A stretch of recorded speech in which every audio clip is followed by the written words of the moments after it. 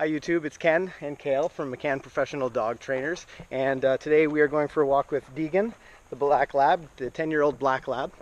Today we want to do something a little bit different for our dog walking training talk, and it's more for me to vent.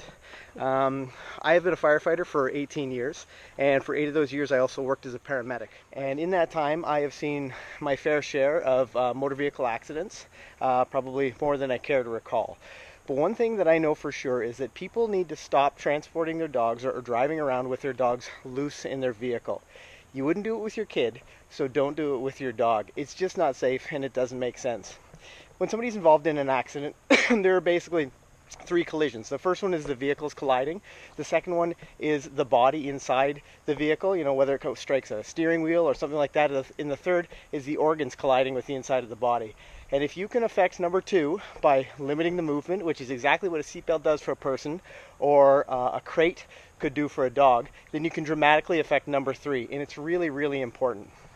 You see all too often dogs sitting in a back window, or maybe on the driver's lap. or on the driver's lap. It's incredibly dangerous, and people just don't realize it. So we wanted to talk a little bit about a couple of ways that you could make sure your dog's safe while you are driving around in your car. What we try to do with our dogs, and we have a lot of them, is we keep them in kennels, secured kennels that are secured to the vehicle as well. And over the years I've learned that plastic hard crates are even more safe than wire crates, because wire crates can bend if you do get in an accident. You could take it one step further as well. If you want to pay for the expense of one, you can actually get crates. I believe the brand is Gunner, that have been proven to be accident proof. They're a little bit big and bulky, but they can be very, very safe for your pet, and I think we can both agree that they're well worth the investment. For sure, that's a good point. Nowadays cars are created to take a lot of impact. There's a lot of folding up, and there's oftentimes there's a little bit of intrusion into the passenger's compartment. And basically all that means is some of the metal folds into the passenger compartment in an effort to try to reduce the the trauma of the impact. And being in a crate will keep your dog safe and sort of give them that extra layer of protection that they need, so that they come out uninjured. The other thing is airbags. Airbags are engineered and designed to soften the impact in a motor vehicle collision.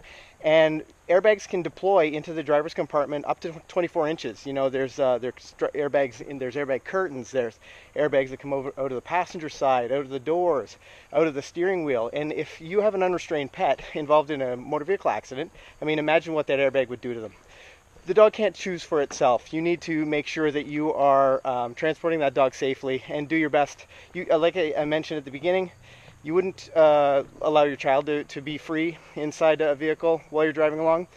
You shouldn't allow your pet to be free either. So from Kale McCann and myself and Deegan, the black lab, we'd like to thank you guys for coming on a walk with us. Happy training.